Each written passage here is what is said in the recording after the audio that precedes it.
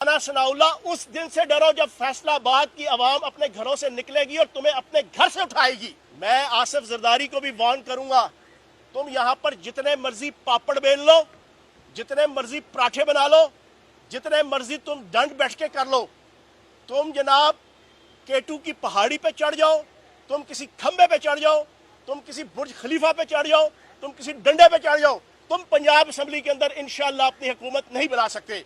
Prime minister Imran Khan साहब हुए तो उनकी मर्जी ऑब्वियसली चलेगी, उन्हीं की मर्जी से जो है वो चीफ ऑफ आर्मी स्टाफ लगेगा। अब हमने देखना यह है कि ये 100 प्याज और 100 लितर खा के जो है वो कौमी असेंबली तोड़ेंगे या सिर्फ 100 प्याज पे तोड़ देंगे। कि वो ब्यूरोक्रेसी और वो पुलिस और वो अफसर कि जो शाह से ज्यादा शाह के वफादार रहे और जिन्होंने आइन और कानून की धज्जियां उड़ाकर 4 महीने गुंडागर्दी और बदमाशी की सियासत की, हम उनको पीडा एक्ट के तहत इखलाक और कानून के अंदर के दायरे के अंदर रहते हुए एहतसाब के शिकंजे में लाएंगे। लेकिन हमने ये नहीं कहा अपने किसी बयान में कि अब हम नून लीग से इन 4 महीनों का बदला लेंगे, क्योंकि हमारी ये सियासत नहीं है। हमने 3.5 साल के अंदर रावलपिंडी में नून लीग के और पीपल्स पार्टी के डिस्ट्रिक्ट के अहदेदार मेरे डेरे अस्ताना आलिया चौहान शरीफ से आके अपना जनाब काम करवाते रहे हैं और उनके काम होते थे। हमने तो बर्दाश्त की सियासत की है, हमने रवादारी की सियासत की है और अब भी कर रहे हैं। लेकिन जो तुम बयान दे रहे हो, तुम्हारे बयान के जवाब में सिर्फ मैं ये बात कर रहा हूं, ये मैं ऑफेंसिव नहीं, ये मैं डिफेंसिव बयान दे रहा हूं कि राना सनाउल्लाह, उस दिन से डरो जब फैसलाबाद की आवाम अपने घरों से निकलेगी और तुम्हें अपने घर से उठाएगी। उस दिन से डरो, छोड़ दो, रवादारी की सियासत करो, एहतराम की सियासत करो। और वो जो मिस्टर 100% आसिफ जरदारी जो इस वक्त यहां पर बैठा हुआ है लाहौर में, मेरी उससे भी गुजारिश है कि जब बुरा वक्त आता है तो तुम स्ट्रेचर के ऊपर लेट जाते हो, व्हील चेयर पे आ जाते हो, और जब तुम बैरूनी ताकतों के इशारों पे और अमेरिका के इशारों पे और उसकी चरणों पे और गोद में बैठ के इक्तदार में आ जाते हो तो तुम अपने आप को मर्दे आहन कहलवाते हो मीडिया के जरिए से। और तुम्हारे जो चेले चांटे हैं वो सारा दिन आकर कहते हैं जी एक जरदारी सब पर भारी। हालांकि सारी दुनिया को पता है एक जरदारी पूरी पीपल्स पार्टी पे भारी। पीपल्स पार्टी का नाम लेवा कोई नहीं है सिंध की 2-3 डिवीजनों के अलावा। मैं आसिफ जरदारी को भी वार्न करूंगा, तुम यहां पर जितने मर्जी पापड़ बेल लो, जितने मर्जी पराठे बना लो, जितने मर्जी तुम दंड बैठ के कर लो, तुम जनाब केटू की पहाड़ी पे चढ़ जाओ, तुम किसी खंबे पे चढ़ जाओ, तुम किसी बुर्ज खलीफा पे चढ़ जाओ, तुम किसी डंडे पे चढ़ जाओ, तुम पंजाब असेंबली के अंदर इंशाअल्लाह अपनी हुकूमत नहीं बना सकते। और अगर तुम कानून की और इखलाक की और आइन की धज्जियां उड़ा के करोगे तो फिर उसका मुकाबला श्रीलंका की सियासत की तरह फिर आपके सामने आएगा। मैं पाकिस्तान के अदालतों को, अदारों को और मुखालफीन को एक मैसेज दूंगा, खुदारा जो 4 महीने आइन और कानून की धज्जियां उड़ाई गई हैं, अब पंजाब के अंदर ये दोबारा प्रैक्टिस मत करना। अगर पंजाब में ये दोबारा प्रैक्टिस हुई तो फिर श्रीलंका की आवाम की तरह यहाँ पर इंकलाब आएगा। इमरान खान साहब ने इलेक्शन कमीशन को अदम शुमार कर दिया है, तो क्या आईएम चीफ इलेक्शन कमिश्नर जो है अगर आम इंतखाबात कराएंगे तो आप बॉयकॉट करेंगे इनकी मौजूदगी में? देखिए, इलेक्शन कमीशन की सूरत हाल ये है कि परसों के इलेक्शन में आपके मीडिया चैनल ने सारा दिन दिखाया कि क्या क्या गुंडागर्दी और बदमाशी इलेक्शन वाले दिन हुई। मैंने कल भी मीडिया टॉक में ये कहा था यहीं पे खड़े होके कि मेरी कहूटा की जिम्मेदारी थी। मैंने अपनी आंखों से देखा कि AC Kahuta, assistant commissioner Kahuta के दफ्तर में सरकारी गाड़ियों में आटे के थैले जनाब तकसीम हो रहे थे इलेक्शन वाले दिन। मेरे पास बहावल नगर के प्रिजाइडिंग अफसर की वीडियो मौजूद है जो जनाब एक कोने खुदरे में बैठ के ठकाठक शेर के ऊपर मोहरे लगा रहा है। दूसरा, रिगिंग का आलम सारी दुनिया के सामने है। लाहौर के अंदर नून लीग के सारे कैंप खाली थे, ये 40-40 हज़ार वोट कहाँ से निकल आए? तो जनाबे वाला, हमारा बिल्कुल अदम एतमाद है चीफ इलेक्शन कमिश्नर के ऊपर।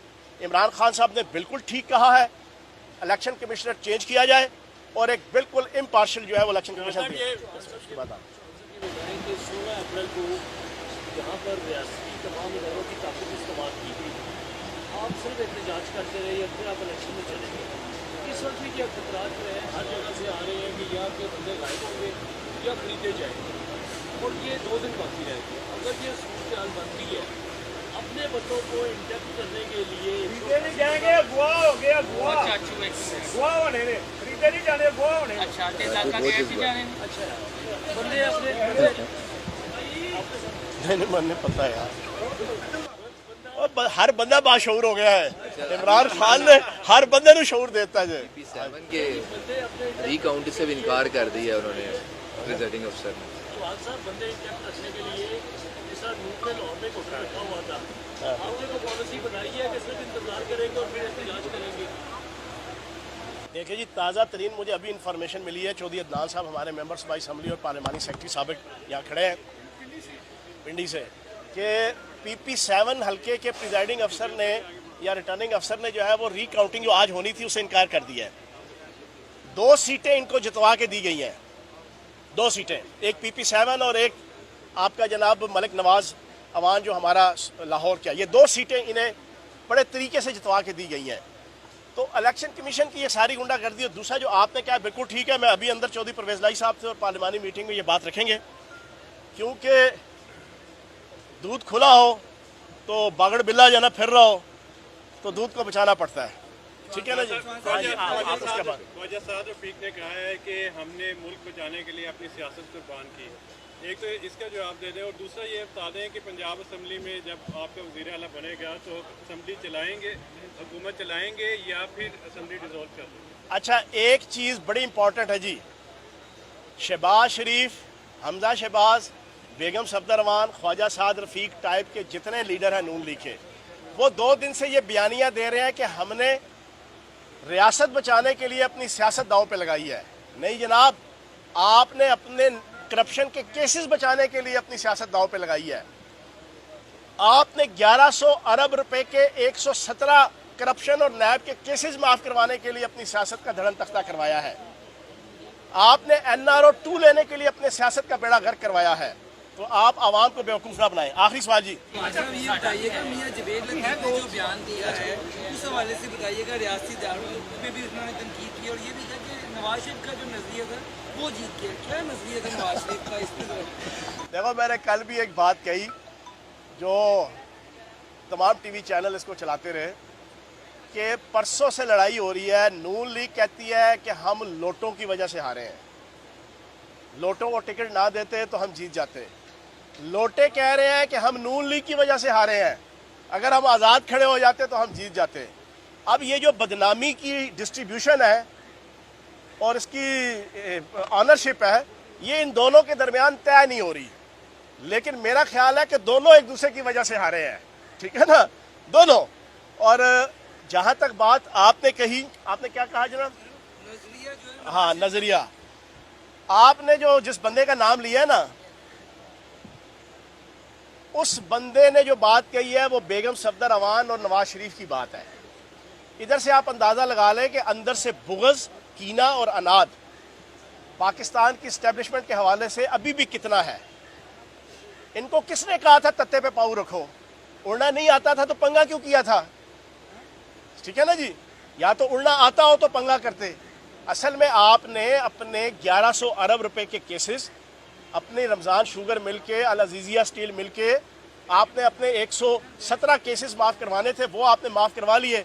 लेकिन वो भी इंशाल्लाह अभी हमारी हुकूमत बनेगी तो वो सारे के सारे जनाब नल एंड वाइट हो जाएंगे। जी चौहान साहब, एक छोटा सा सवाल है मसूद माना साहब। हाँ, सवाल ये है कि इमरान खान साहब अब मुतालबा कर रहे हैं कि चीफ इलेक्शन कमिश्नर जो है वो इस्तीफ़ा दें, फिर उनका मुतालबा है आम इंतखाबात की तरफ बढ़ा जाए। इसके बाद अगर वो मुतालबा करते हैं, वो कर जाते हैं, दोनों मुतालबे मंजूर करते हैं, उसके बाद वो साथ ही इलेक्शन के दौरान मुतालबा कर देते हैं कि चीफ जस्टिस जो है वो भी मेरी मर्ज़ी का लगा के ये इलेक्शन करवाए जाएँ, और अहम जो रियासती अदारा है, अस्करी अदारा, बाद में ये भी फरमाइश कर देते हैं कि अब मेरी मर्ज़ी का चीफ भी लगाया जाए। तो इमरान खान साहब की क्या गारंटी है आप रहनुमाओं की जानिब से कि वो मज़ीद इस तरह के मुतालबात और ख्वाहिशात नहीं करेंगे आम इंतखाबात के दौरान? पहली बात तो ये है कि मोहसिन बिलाल सवाल पूछे और वो मासूमाना हो, ये हो नहीं सकता, ये हो नहीं सकता। दूसरी बात ये है कि प्राइम मिनिस्टर इमरान खान साहब हुए तो उनकी मर्ज़ी ऑब्वियसली चलेगी, उन्हीं की मर्ज़ी से जो है वो चीफ ऑफ आर्मी स्टाफ लगेगा। अगर उन वो जनाब वज़ीर आज़म अगर सपोज नहीं होते तो जो भी वज़ीर आज़म होगा उसकी मर्ज़ी से जो है वो आर्मी चीफ तैनात हो जाएगा। इसमें कोई इतनी बड़ी बात या कोई इतना बड़ा मसला फीसा गोरस नहीं है। इमरान साहब, एक अभी तक कंफ्यूजन ये है, अभी तक हम समझना चाह रहे समझने के लिए, परवेज़ इलाही साहब वज़ीर आला बन जाते हैं तो क्या असम्बली, पंजाब असम्बली को तहलील कर देंगे, तो क्या इंतखाबात किस कराएंगे, क्या करें, क्या लाए हम मालूमात? देखें, कल हमारी कोर कमेटी की मीटिंग के अंदर ये कैटेगोरिकली तय हुआ है कि हम 22 तारीख को पंजाब के अंदर अपनी हुकूमत बनाएंगे। हमारा राइट है, कॉन्स्टिट्यूशनल राइट है। इलीगली हमारी हुकूमत तोड़ी गई थी और अल्लाह पाक के करम से लीगली हमने दोबारा वापस लेने की पोजीशन में आ गए हैं। अल्लाह के फजलो करम से, नबी पाक के सदक़े और आवाम का साथ और इमरान खान साहब की वलवला अंगेज़ लीडरशिप, उनकी अनथक मेहनत, उनकी जवामर्दी, उनका बयानिया, उनका नैरेटिव, उसकी बुनियाद पे हम दोबारा इस पोजीशन में आ गए हैं कि हम अपनी हुकूमत बना रहे हैं। अब हमारा वफाक के हवाले से बड़ा क्लियर कट मुतालबा है कि वफाक में तो जनाब फौरी तौर पर असम्बली को फारिग किया जाए और हम इस पोजीशन में हम असम्बली फारिग करवा सकते हैं, तो प्रॉब्लम नहीं है। अब हमने देखना यह है कि ये 100 प्याज और 100 लितर खा के जो है वो कौमी असम्बली तोड़ेंगे या सिर्फ 100 प्याज पे तोड़ देंगे। अगर तो सिर्फ 100 प्याज खाने के बाद तोड़नी हुई तो ये आज रात को तोड़ देंगे, लेकिन अगर इन्होंने सोचा कि नहीं 100 प्याज भी खाने हैं, 100 लितर भी खाने हैं, तो फिर ये 2-4 महीने इसको लिंगर ऑन करने की कोशिश करेंगे। हमने तो सदर मुमलिकत ने एक दफ़ा इनको कहना है कि जनाब एतमाद लो, इनके पास सिर्फ 162 वोट है। इनके MQM से लेके बाप तक किसी ने इनके साथ नहीं चलना, और मैं तो कहता हूँ चौधरी शुजात साहब की फैमिली में से भी नहीं इंशाल्लाह किसी ने चलना अगर एतमाद के वोट के वक्त आ गया। तो इस वजह से 100 प्याज और 100 लितर खाए बगैर इनको चाहिए कि असम्बली डिसॉल्व कर दें।